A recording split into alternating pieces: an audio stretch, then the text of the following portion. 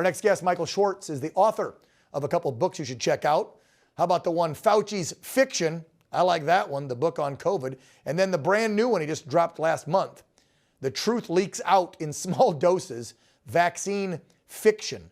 Both of them are good reads, stuff that if you've been watching this program, you already know all about, because I've been calling it a plandemic since almost day one. Joining us now, research doctor Michael Schwartz, back on the program. Michael, nice to see you again. Thanks for coming on. First, let's talk about the report, and then I want to talk about the possible blanket pardoning they're discussing for Dr. Anthony Fauci. But first to the 520 pages. Some people are saying, and I said it last night on the program, yeah, duh, like we didn't know what was in that report. Us that were at the forefront of covering, saying masks don't stop it. Where'd you even get the 6 foot of distancing? You're harming our kids, keeping them out of class. We can't go to funerals and weddings. It's bogus. It's nonsense. All the rich people are doing it. All the politicians were doing it, and we weren't allowed to. And then you push a vaccine that's got a spike protein that's killing people. Yeah, I was calling this years ago. So is there anything that you saw that was surprising in this report?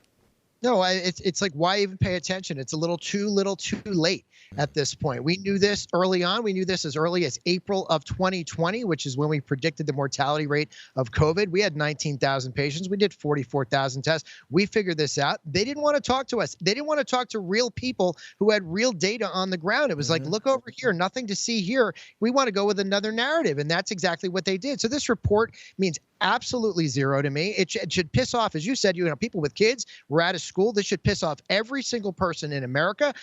You know who did this? I mean, it wasn't just Fauci, but it was the mainstream media as well went along with this narrative. Oh yeah, I mean, if I had to see, let me just throw one person under the bus because she deserves it.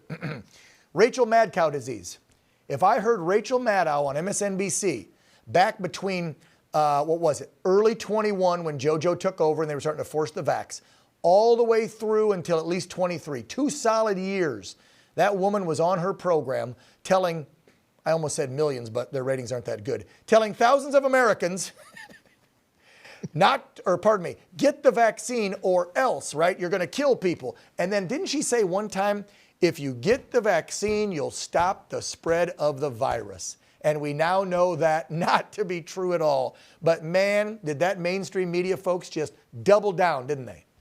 I play her on my Rumble show all the time because it just reiterates it. I mean, you could watch these people that are on record. It's amazing. What's amazing to me is that it took them that long to figure it out. How do you not realize this? I mean, we were saying that there were breakthrough cases. We never used the word breakthrough cases in our office. We had breakthrough cases every day. The media was on TV. Rachel Madcow, as you said, telling people, oh, there's only 5,000 in the country. Don't worry about it. Go get your shot. There's people like Chad Croninger. I just mentioned him on my show. They used the sheriff in Hillsborough County. He just withdrew his nomination because he was telling people, well, if you get the vaccine, we'll cover your overtime. We'll cover that when you're out of work. But if you don't get the vaccine, you're going to pay for it on your own time. There's a lot of people who are culpable in this thing. Yes. Anthony Fauci is the first one that comes to mind, but the list goes on and on. Yeah, and I understand that. And there should be probably thousands of people that pay for what they did during COVID to the American people. We know that won't happen.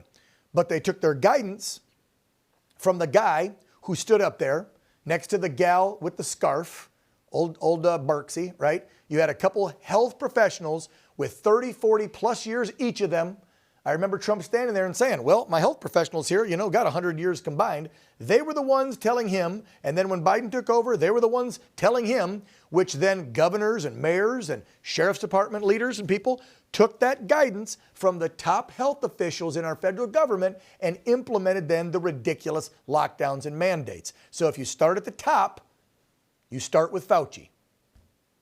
And so did a lot of doctors. And that's unfortunate because people who had people in their own offices who saw that this wasn't as bad, they saw the shot. Look, we didn't recommend a shot for a couple of reasons. One, it doesn't work. It only gives you a 120-day antibody response. And two, you didn't need it. We didn't lose one single patient out of 19,000. We only had 4 go to the hospital. That tells you something. That tells you that a year later when the shots became available, if one of my patients came to us and said, do we need this shot? My staff's answer was a laughable no. You don't need this shot. You're going to do fine. We did vitamin C, vitamin D, zinc electrolytes. We talked about staying healthy with patients. More importantly, we knew if our patients had a co-infection because we tested appropriately. We also knew their comorbidity and their symptomology. Most people didn't know that. The people you would expect to do that were people like Anthony Fauci. It's amazing to me that they just didn't do their own due diligence, or were they just hiding it from the American people? Right. Why'd they do it, Michael? They wanted to hide their culpability because they released it onto the planet, whether intentional or an accident, whatever,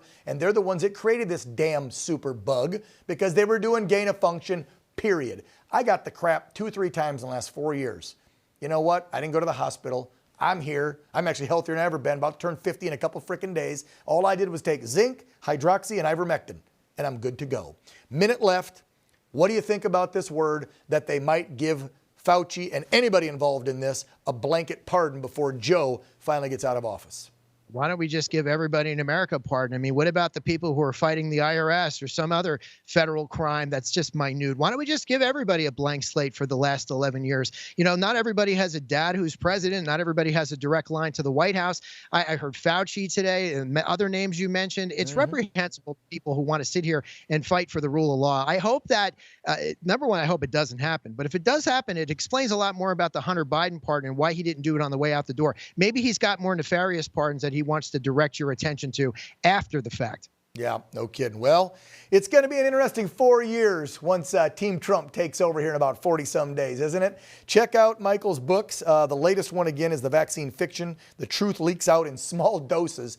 That's going to be a great one. I haven't seen that yet. And then the one he did a while back, Fauci's Fiction, the book on COVID. That is a great one as well. Michael Schwartz, as always, thank you, brother. You take care.